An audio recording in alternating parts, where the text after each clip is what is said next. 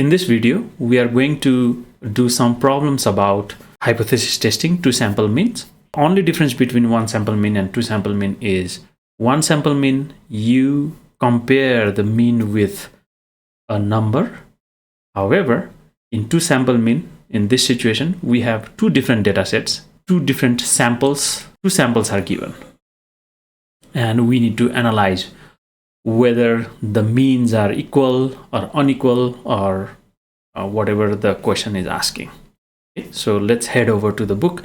Let me do this problem from page number 571.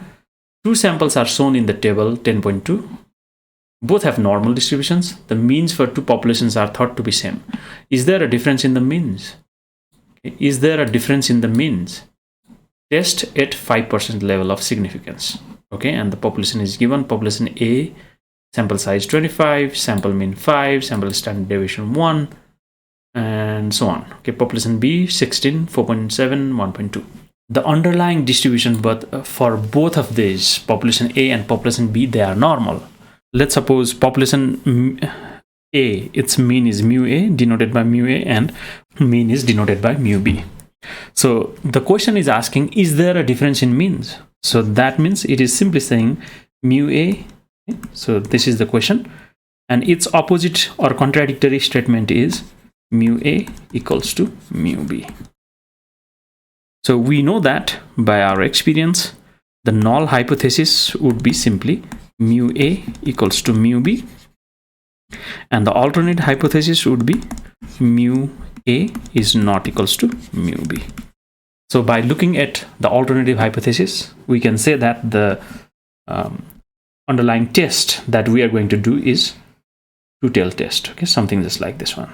And here we already know that 5% significance level means this should be 5% divided by 2, that would be 0.02, right? And this is also 0.025, I mean 0 to 5. And you can choose, you can come up with any T alpha over 2, either this one or this one. Just go for the numerical value. Let us input all of this information in GeoGebra graphing calculator. Then click on statistics, click on this drop down menu and go for t-test difference of means. Now why we went for t-test difference of means is we don't know the standard deviation, right? We don't know the standard deviation of the entire population A and population B. So that's why we go for students t distribution. Now, in reality, it's very difficult to figure out the standard deviation and mean of the entire population. So we go for small sample sizes, okay? Sample sizes. So that's why we go for t-test. So t-test difference of means. So null hypothesis is mu1, mu2 equals to 0. So that's what we have written over here, right? So mu A means mu1 in here, and mu B equals to mu2. So there, since I have written this to be equality, so their difference is of course 0. And alternative hypothesis is not equals to 0. So we don't go for pooled, okay? We by default, population A, sample size 25, 16. Okay, so let me write down this is sample size is 25 and this is 16. Sample mean is 5 and 4.7. This is 5 and this is 4.7. And standard deviation is 1 and 1.2. This is 1, this is 1.2. Okay, so that's how we get all the things that are required. Okay, so standard error is 0.3606. Degrees of freedom. Now this is not straightforward like what we did in one sample mean. Okay, one sample mean, the degree of freedom was just -1 of the sample size, right? But here it's a very difficult formula. We don't have to worry about that. The t-test statistics or the t-value is 0.8321. 0.8321, and p-value is 0.4125.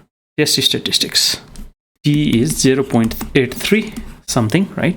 Okay, 8321, and p-value is 4125. Significance level alpha equals to 0.05. Okay, so p-value is greater than alpha. So do not reject null hypothesis. So finally, in conclusion, we can write down as for 5% significance level, we do not have sufficient evidence that there is a difference in means of population A and population B. Okay, so that's the conclusion that we make. So all the things are nearly the same. The only thing that we need to realize is we just need to go for difference of means. Okay, and as I told you, g-test, difference of mean, is used when population standard deviation is given. However, in reality, it's very hard to come up with that, so we go for t-test, difference of means. Okay, thank you.